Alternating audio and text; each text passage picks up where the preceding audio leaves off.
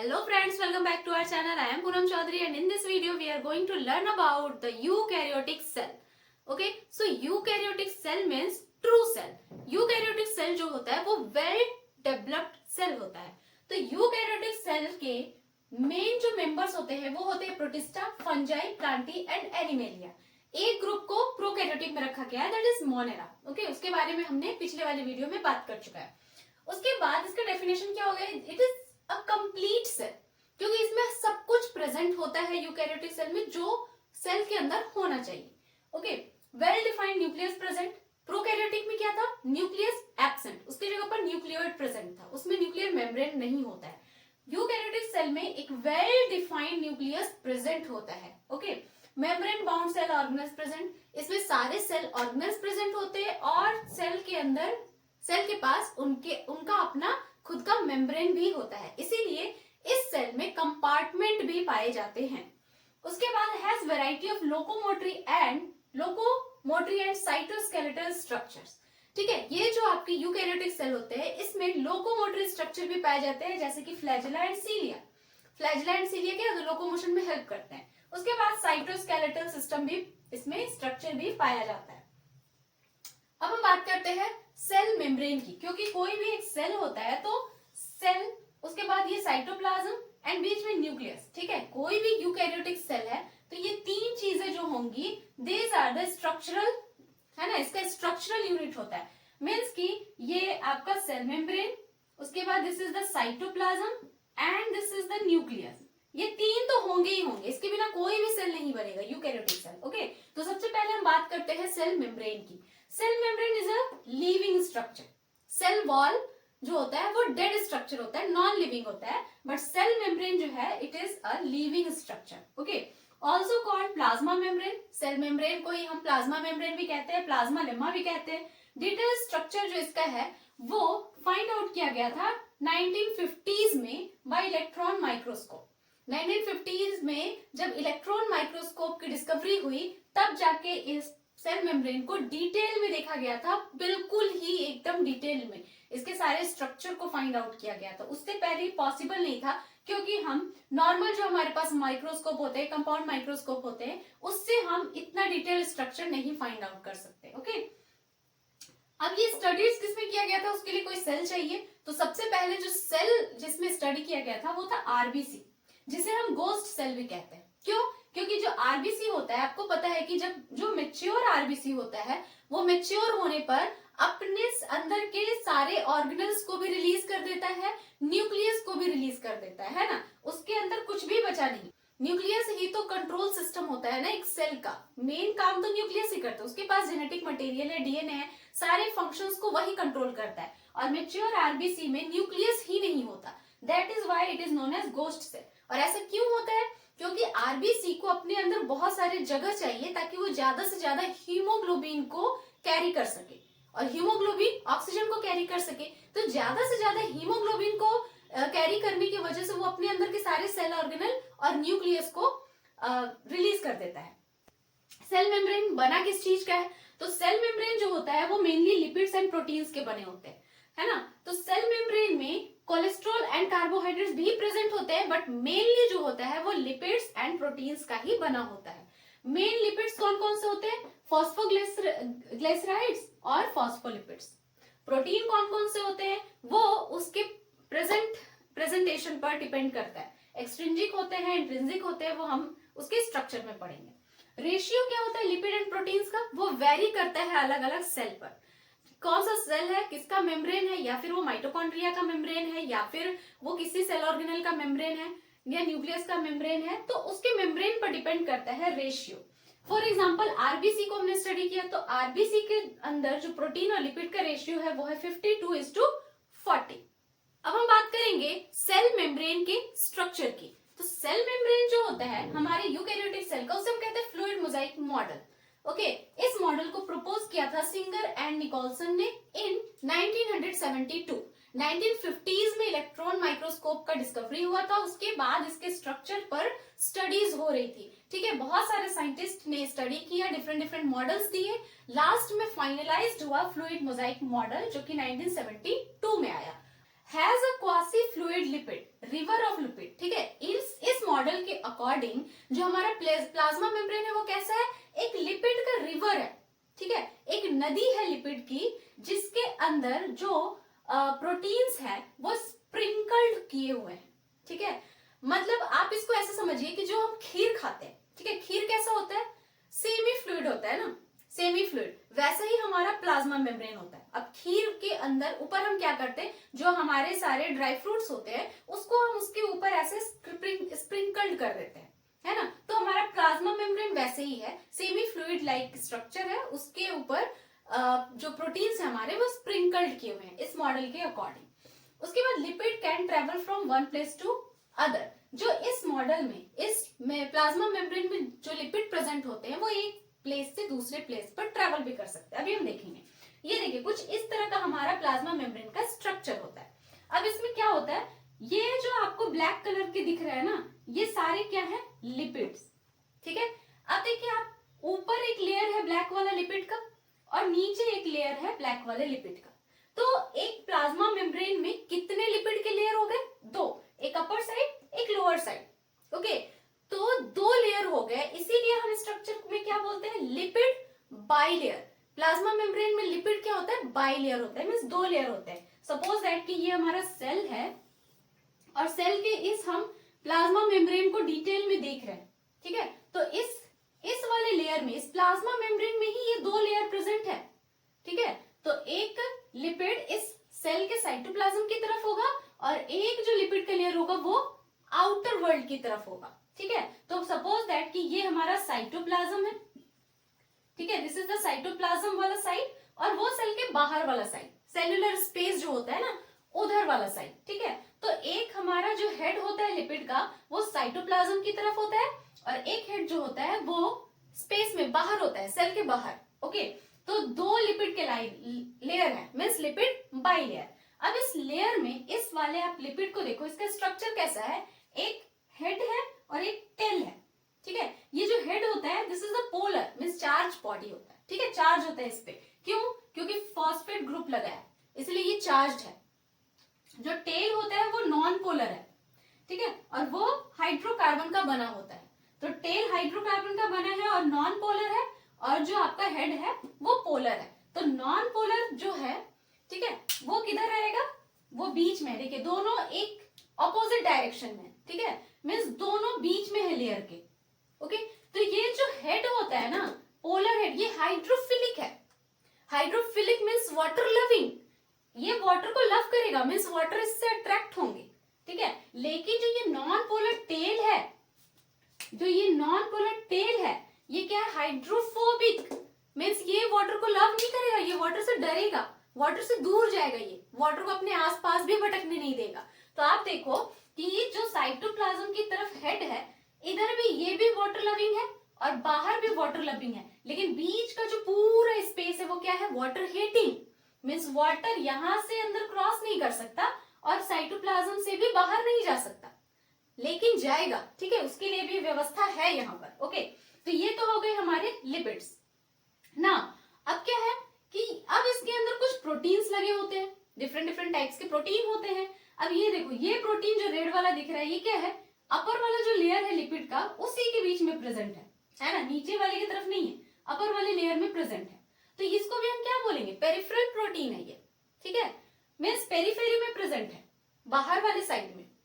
अब ये ग्रीन वाला आप देख रहे हो, ये कौन सा प्रोटीन है, ये देखो, ये ऊपर वाले लेयर से लेके नीचे वाले लेयर तक पूरा का पूरा ये कवर किया हुआ है एरिया। तो इसको हम क्या बोलेंगे, इंटीग्रल प्रोटीन या इंट्रिंसिक प्रोटीन, मीन्स ये इंटीग्रल है, अंदर की साइड है, पूरा फिट है ये प्लाज्मा मेम्ब्रेन में, ठीक है। और कैरियर प्रोटीन भी बोलते हैं इसको, टनल प्रोटीन भी बोलते हैं। अब देखो ये वाला प्रोटीन क्या है, ये हेड पर ही प्रेजेंट है, मतलब एकदम ऊपर साइड में ऐसे, ये बिल्कुल भी अंदर धसा हुआ नहीं है, इसको छिड़क दो तो ये नीचे गिर जाएगा, है ना। तो जो एकदम ऊपर प्रेजेंट है क्या है, पेरिफेरल या एक्सट्रिंसिक प्रोटीन। तो इस तरह से प्रोटीन अरेंज होते हैं हमारे सेल मेम्ब्रेन में या प्लाज्मा मेम्ब्रेन में। अब बीच बीच में कुछ कोलेस्ट्रॉल भी प्रेजेंट होते हैं, हमने बात की ना कि कोलेस्ट्रॉल और कार्बोहाइड्रेट्स भी प्रेजेंट होते हैं। तो इस तरह ये बीच बीच में कोलेस्ट्रॉल प्रेजेंट होते हैं और ये क्या होते हैं, मेम्ब्रेन स्टेबलाइजर होते हैं, ठीक है। ये क्या हो गया आपका, कोलेस्ट्रॉल, कोलेस्ट्रॉल, ठीक है, ये खाली जगह को भरते हैं। अब जैसे बहुत ठंडी है अभी, ठीक है, ठंडी का सीजन चल रहा है, तो क्या होगा कि ये सेल को क्या करते हैं, एकदम टाइट कर देते हैं ठंडी में, ठीक है, ये टाइट कर देते हैं, बीच में कोलेस्ट्रॉल पूरे आ जाते हैं ताकि ये पूरा का पूरा जो स्पेस है वो भर जाए और ठंड से हमें बचाव हो सके। और गर्मी के दिनों में यहाँ पर कोलेस्ट्रॉल की कमी हो जाती है ताकि मतलब हम थोड़ा फ्रेश फील कर सके, गर्मी ना लगे, है ना। तो इस तरह से होता है कुछ अरेंजमेंट। अब कार्बोहाइड्रेट कहाँ प्रेजेंट होते हैं? कार्बोहाइड्रेट देखो इसके हेड के ऊपर भी प्रेजेंट होते हैं, इस तरह से कार्बोहाइड्रेट का चेन प्रेजेंट होता है इस तरह से, ठीक है। ये प्रोटीन के ऊपर भी प्रेजेंट हो सकते हैं इस तरह से, तो लिपिड के ऊपर भी प्रेजेंट हो सकता है कार्बोहाइड्रेट और प्रोटीन के ऊपर भी प्रेजेंट हो सकता है। तो अगर लिपिड प्लस कार्बोहाइड्रेट है तो उसको क्या बोलेंगे? ग्लाइकोलिपिड, ठीक है, क्या बोलेंगे? ग्लाइकोलिपिड। उस लिपिड को क्या बोलेंगे? ग्लाइकोलिपिड। मींस ये वाला लिपिड कौन सा लिपिड है? ग्लाइकोलिपिड, क्योंकि इसके ऊपर कार्बोहाइड्रेट अटैच्ड है। ग्लाइको का मतलब कार्बोहाइड्रेट। अब ये वाला प्रोटीन कौन सा प्रोटीन हो गया, है ना। अब ये हो गया protein plus carbohydrate is equal to क्या बोलेंगे उसको? ग्लाइकोप्रोटीन। प्रोटीन के ऊपर कार्बोहाइड्रेट लगाया तो ये कौन सा प्रोटीन हो गया? ग्लाइकोप्रोटीन। ये कौन सा प्रोटीन है? ये तो इंटीग्रल प्रोटीन है, ये ग्लाइकोप्रोटीन नहीं है क्योंकि इसके पास कार्बोहाइड्रेट नहीं है, लेकिन ये ग्लाइकोप्रोटीन है बिकॉज इसके हेड के ऊपर कार्बोहाइड्रेट लगा हुआ है। ओके, अब हम बात करते हैं कि जो हमारा लिपिड है ये मूव कर सकता है ना, लिखा हुआ है ना, lipid can travel from one place to other. ये वाला लिपिड ट्रेवल करके दूसरी जगह पर भी जा सकता है। दो तरह के मूवमेंट होते हैं लिपिड्स के। अब देखो जैसे ये वाला हमारा लिपिड है, ठीक है, इसको मैं कलर करती हूँ। ये जो लिपिड है ये ट्रेवल करके यहां जा सकता है और ये लिपिड ट्रेवल करके यहां आ सकता है। तो जब ये वाला लिपिड वहां जाएगा तो क्या हो जाएगा? ये ऐसा हो जाएगा और ये ऐसा हो जाएगा, ठीक है। तो क्या हुआ? इस तरह से जो ट्रेवल हुआ ना, बीच वाले भी जा सकते हैं। जैसे ये लिपिड यहां चला गया, ये लिपिड यहां आ गया, ये लिपिड यहां चला गया, ये लिपिड यहां आ गया। तो ये जो लिपिड है ऐसे मूवमेंट ट्रेवल करते रहते हैं, मन नहीं लगता होगा, है ना। तो वो क्या करते हैं? अपने प्लेस को एक्सचेंज करते हैं, है ना। ऐसा नहीं है कि ये निकल के यहाँ से कहीं और चले गए, नहीं, ये एक्सचेंज करेंगे, है ना। तो यहां से यहां चले गए, यहां से यहां चले गए। तो इस तरह के मूवमेंट को हम क्या बोलेंगे? Flip flop movement. इसको क्या बोलेंगे हम? फ्लिप फ्लॉप मूवमेंट, ठीक है। फ्लिप फ्लॉप कौन सा मूवमेंट? Flip flop. ओके, अब कुछ लिपिड ऐसे होते हैं जो कि आपस में चेंज कर लेते हैं, एक्सचेंज कर लेते हैं। जैसे ये लिपिड है ना, ये लिपिड यहां चला गया और ये लिपिड यहां आ गया, ठीक है। ये वाला यहां चला गया और ये वाला यहां आ गया। आपस में बोलेगा भाई मुझे वहां बैठने दो ना, वो बोलेगा अच्छा आ जा, फिर यहां बैठ जाएंगे, आपस में सीट चेंज कर लेंगे। तो इस तरह के जो मूवमेंट होंगे इसको हम लोग बोलेंगे लेटरल मूवमेंट, ठीक है। इसको क्या बोलेंगे हम लोग? लेटरल मूवमेंट, ठीक है। लेटरल का मतलब एक्सचेंज करेंगे, आसपास वाले जो है वो इधर उधर एक्सचेंज कर लेंगे। और फ्लिप फ्लॉप का मतलब एक लेयर से दूसरे लेयर में जाना। ये ऊपर वाले लेयर से यहां आ गया, नीचे वाले लेयर से वहां चला गया। तो इस तरह के हम लोग मूवमेंट को क्या बोलेंगे? Flip flop movement. ओके, अब जो लिपिड जो है इसका फ्लूइडिटी, ये फ्लूइड क्यों है? सॉलिड भी तो हो सकता था, है ना। सॉलिड होगा अगर तो इसके बहुत सारे नुकसान हो जाएंगे, और अगर ये फ्लूइडिटी है, जेली लाइक है, तो इसका बहुत सारा इंपॉर्टेंस भी है। क्या करता है? ग्रोथ। सेल जो है वो ग्रो करता है ना, मतलब छोटा से बड़ा होता है। अब बड़ा कैसे होगा? अगर वो फ्लेक्सिबल होगा तभी तो उसका साइज इंक्रीज होगा ना। अगर वो सॉलिड हो जाएगा तो फिर वो बढ़ेगा कैसे, है ना। तो वो क्या होता है? इसकी ग्रोथ में हेल्प करता है। उसके बाद सिक्रीशन में हेल्प करता है। बहुत तरह के सिक्रीशन करते हैं ये, एंजाइम्स के, हार्मोन्स के, ठीक है, तो सिक्रीट करते हैं। सेल का डिवीजन में भी ये हेल्प करता है। सेल का डिवीजन होता है ना, तो उसमें क्या होता है? सबसे पहले हमारा न्यूक्लियस का डिवीजन होता है, देन साइटोप्लाज्म का डिवीजन होता है। तो साइटोप्लाज्म का डिवीजन होता है तो ये प्लाज्मा मेम्ब्रेन जब अलग होगा तभी तो साइटोप्लाज्म अलग होगा ना, तो वो सेल डिवीजन में भी हेल्प करता है। इंडोसाइटोसिस में भी हेल्प करता है, मींस एनगल्फ द फूड, ठीक है। अगर यहाँ पर कोई चीज है तो वो उसको एनगल्फ कर लेगा, तो इंडोसाइटोसिस, ठीक है। Formation of intracellular junction, intercellular junction बनाने में भी ये हेल्प करता है। उसके बाद जो इसमें प्रोटीन्स प्रेजेंट है ना, प्रोटीन्स भी मूव करते हैं, ठीक है, प्रोटीन्स भी मूव करते हैं, बट ये प्रोटीन फ्लिप फ्लॉप मूवमेंट नहीं करते। वो सिर्फ लेटरल मूवमेंट करते हैं। मीन्स ये वाला प्रोटीन जो है ये यहाँ चला जाएगा, ये वाला प्रोटीन जो है वो यहाँ आ जाएगा, लेकिन कभी भी यहाँ का प्रोटीन यहाँ नहीं जाएगा, यहाँ का प्रोटीन यहाँ नहीं। सपोज दैट इसी तरह का प्रोटीन यहाँ पर प्रेजेंट है, ठीक है, ये भी पेरिफेरी में भी प्रेजेंट है, तो ये भी एक्सट्रिंसिक प्रोटीन ही कहलाएगा। ये प्रोटीन कभी भी यहाँ नहीं जा सकता, ये प्रोटीन कभी भी यहाँ नहीं आ सकता। ओके, लिपिड तो थे ना, यहाँ वाले वहां चले जाए, वहां वाले यहाँ आ गए, लेकिन प्रोटीन कभी भी ऐसा मूवमेंट शो नहीं करता। Always they show lateral movement, ठीक है, यहाँ वाला यहाँ चला गया, यहाँ वाला यहाँ आ गया। अब हम देखेंगे how molecules transport across the plasma membrane. Okay, plasma membrane का काम क्या है, ये मॉलिक्यूल्स को ट्रांसपोर्ट करवाता है, ठीक है। इट इज सेमी परमिएबल या इसको सेलेक्टिवली परमिएबल भी कहते हैं। अब क्या होता है, cell membrane is selectively permeable का मतलब क्या है कि ये हर चीजों को अलाउ नहीं करता अपने अंदर की, भैया कोई भी चीज है तुम सबके सब आ जाओ। ये पहले चीजों को देखता है, पहचानता है, उसके बाद ही अलाउ करता है कि अंदर आ जाओ या अंदर से बाहर चले जाओ। ओके, तो इसमें ट्रांसपोर्ट कैसे होता है, मेनली 2 टाइप्स के होते हैं, पैसिव, एक्टिव। पैसिव का मतलब है कि higher concentration to lower concentration में मॉलिक्यूल सिंपली ऐसे चले जाएंगे, ठीक है। जहां पर ज्यादा है मॉलिक्यूल, सपोज दैट यहाँ पर इतने सारे मॉलिक्यूल्स हैं, ये प्लाज्मा मेम्ब्रेन है, और इधर बहुत कम है, तो क्या होगा, मॉलिक्यूल सिंपली यहाँ से यहाँ मूव कर जाएंगे, ठीक है। Higher concentration to lower concentration, no energy required, इसके लिए कोई एनर्जी, कोई एटीपी को खर्च करने की जरूरत नहीं है, ये सिंपली अपना मूव कर जाएंगे। ओके, अब इसके भी आपके 2 टाइप्स हैं, सिंपल, फैसिलिटेटेड। सिंपल में है न्यूट्रल सॉल्यूट्स, जो न्यूट्रल सॉल्यूट्स होते हैं ना, वो आराम से डिफ्यूजन के थ्रू क्रॉस कर जाएंगे प्लाज्मा मेम्ब्रेन को। सपोज दैट ग्लूकोज है हमारा, तो वो क्रॉस कर जाएगा प्लाज्मा मेम्ब्रेन को, उसके बाद H2O जो है वाटर, वो ऑस्मोसिस के थ्रू डिफ्यूज कर जाएगा। ओके, नाउ है दूसरा फैसिलिटेटेड। फैसिलिटेटेड में क्या है, पोलर मॉलिक्यूल्स, जो पोलर मॉलिक्यूल्स होते हैं ना, वो इस ट्रांसपोर्टेशन के थ्रू ही मूव करते हैं। इसमें क्या होता है कि टनल प्रोटीन्स होते हैं, कुछ कैरियर प्रोटीन्स होते हैं, या उसको परमिएज कहते हैं, मींस कुछ हेल्पर प्रोटीन्स होते हैं जिसके थ्रू वो एक जगह से दूसरी जगह पर मूव करेंगे। एक्टिव ट्रांसपोर्ट में क्या होता है, lower concentration to higher concentration. अब मान लीजिए कि मेरे पास यहाँ पर 2-3 मॉलिक्यूल्स हैं, ये प्लाज्मा मेम्ब्रेन यहाँ पर बहुत सारे हैं, ठीक है, फिर भी मुझे यहाँ से यहाँ ही मूव करवाना है ना। मतलब कि आपके पास 10 चॉकलेट है, मेरे पास 4 चॉकलेट है, फिर भी मुझे ही आपको देना है, तो मुझे थोड़ा सा तो प्रॉब्लम होगी ना, मतलब मुझे लगेगा अरे भैया इसके पास 10 चॉकलेट है, फिर भी मेरे से मांग रहा है, मेरे पास 4 ही है, तो मुझे थोड़ा सा लगेगा। तो वैसे ही तो lower concentration to higher concentration में हमें मॉलिक्यूल्स को भेजना है, तो यहाँ पर क्या होगा, एटीपी की रिक्वायरमेंट होगी, ठीक है, एनर्जी खर्च करना पड़ेगा, यहाँ पर क्या होगा, एनर्जी रिक्वायर्ड। अब इसमें ट्रांसपोर्टेशन किसका होता है, आयंस के होते हैं, सच एज सोडियम, पोटेशियम, ठीक है, इस तरह के मूवमेंट होते हैं, तो वो एक्टिव ट्रांसपोर्ट होता है। अब यहाँ पर हम देखेंगे कुछ एग्जाम्पल से। अब सपोज दैट कि हमें फैसिलिटेटेड मूवमेंट करवाना है या सिंपल डिफ्यूजन करवाना है, हमारे पास यहाँ पर कुछ मॉलिक्यूल्स हैं जो न्यूट्रल मॉलिक्यूल्स हैं, ठीक है, न्यूट्रल मॉलिक्यूल्स हैं, इनको इधर से उधर जाना है।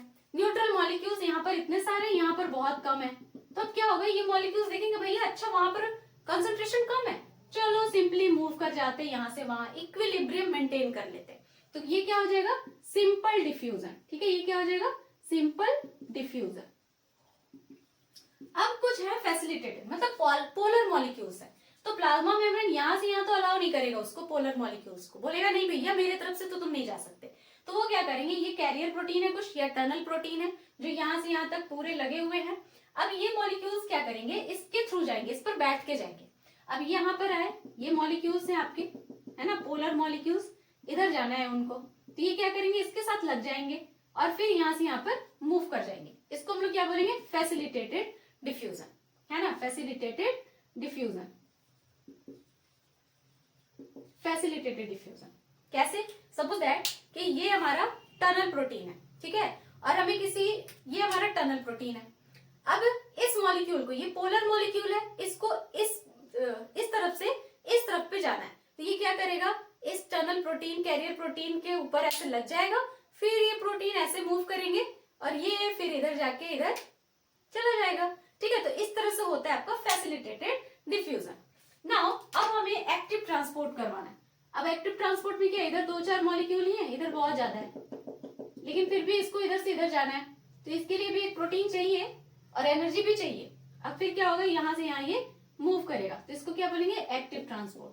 और इसके लिए एनर्जी भी चाहिए हमें, ठीक है। तो इस तरह से कुछ मूवमेंट होता है हमारे मॉलिक्यूल्स का। So I hope this lecture found helpful to you. If you like the video, then hit the like button and do subscribe my channel. मिलते हैं नेक्स्ट वीडियो में, तब तक के लिए bye bye and take care.